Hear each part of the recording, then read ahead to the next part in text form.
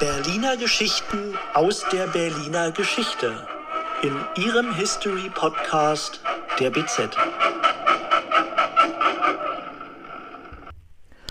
Well, I'm a bit nervous because it's a very special podcast this month, and I will try, because this time I'm telling the story in English. Why? Well, because I looked at the podcast statistics. There you can see where all over the world the look back is being heard. Great. That includes dozens of countries, including, of course, the United States of America, Great Britain, and many other English-speaking countries. But excuse me for a second, I have to tell the German-speaking listeners what's going on now. Ja, liebe Freunde, diesmal ein History-Podcast auf Englisch. Ein kleiner Versuch und gleichzeitig ein kleines Geschenk für unseren vielen, vielen Hörer überall in der Welt. Nächsten Monat dann wieder wie gewohnt, aber bleibt ruhig dran. Ich und Englisch, naja, das kann ja heiter werden. Back again. Of course, English is the world's #1 language. And I'm sure people all over the world are interested in Berlin, aren't they? Well, of course they are. So this is the summer episode of the History Podcast of the BZ newspaper. Enjoy. First, I must introduce myself. My name is Oliver Ullmann, reporter for the newspaper BZ, very old newspaper, founded in Berlin in 1877. Pretty close to 150 years.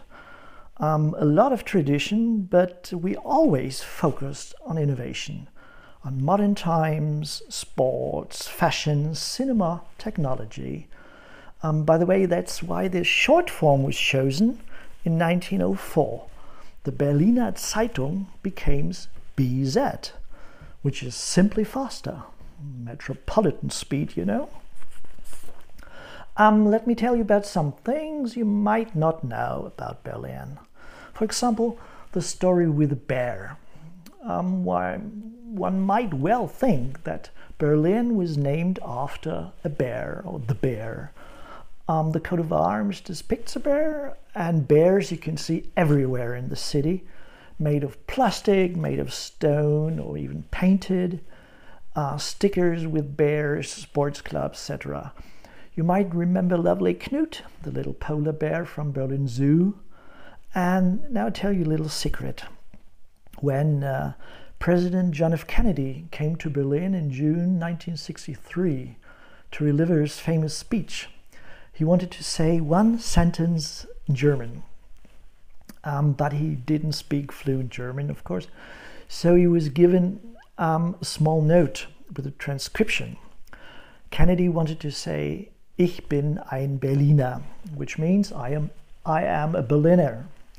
And for the correct German pronunciation, the transcript read Bear and Lena.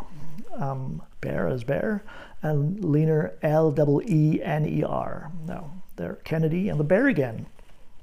But in reality, the name Berlin has nothing to do with the bears. It's even much funnier. The ancient Slavic population named the place after the geographical conditions found in the Middle Ages. The terrain was damp and swampy, so they choose the name City on the Swamp. Bil is Slavic for swamp, therefore Berlin. Be fair, John F. Kennedy pronounced better than I did. Many visitors to Berlin are particularly interested in history. That's why you see tourists mostly in Mitte, in the city center, where they search the traces of the Kaiser, of the wall, of the Nazi era. And they find them there, of course. For example, on Bernauer Straße, the wall, and Wilhelmstraße, Nazi era. But you can find history everywhere in Berlin. I even recommend traveling through the outskirts. You'll find fascinating architecture and charming village churches. Yeah, you heard right. Berlin is in fact a collection of many, many villages. The major merger took place in 1920. In many places you can still feel the villages. The German word for village is Dorf. So you'll find today Hermsdorf, Wilmersdorf, Mahlsdorf, Schmargendorf, Reinickendorf, many more. Well, all of Berlin is a village, they say. It means Berlin is still provincial, which is kind of true. If you are in Berlin and homesick for New York, you can stay in Mitte. Otherwise, I recommend getting on the train and traveling 20 stations. Then get out and just walk around. Every old Berlin house tells a story. You can study the exterior or even take a look inside the buildings themselves. If you meet tenants, talk to them. Many know a lot of buildings they live in. Stumbling stones commemorate the neighbors persecuted and murdered during the Nazi era. They are important memorials found in Berlin's pavement. Berlin's history is everywhere you go. Actually, you don't need a Berlin museum. There are, of course, great exhibitions, but here, too, I recommend the suburbs. There are district museums full of little stories. Very interesting. Well, that's for all. Not all for now. Please write in the comments what interests you about Berlin. I'll try to tell you about it in the future. Well, I have to practice my English, you know. Und für alle anderen, nächstes Mal geht's weiter auf Deutsch. So I say bye for now and hope you enjoyed the little Berlin story. All free men, wherever they may live, are citizens of Berlin. And therefore, as a free man, I take pride in the words, Ich bin ein Berliner.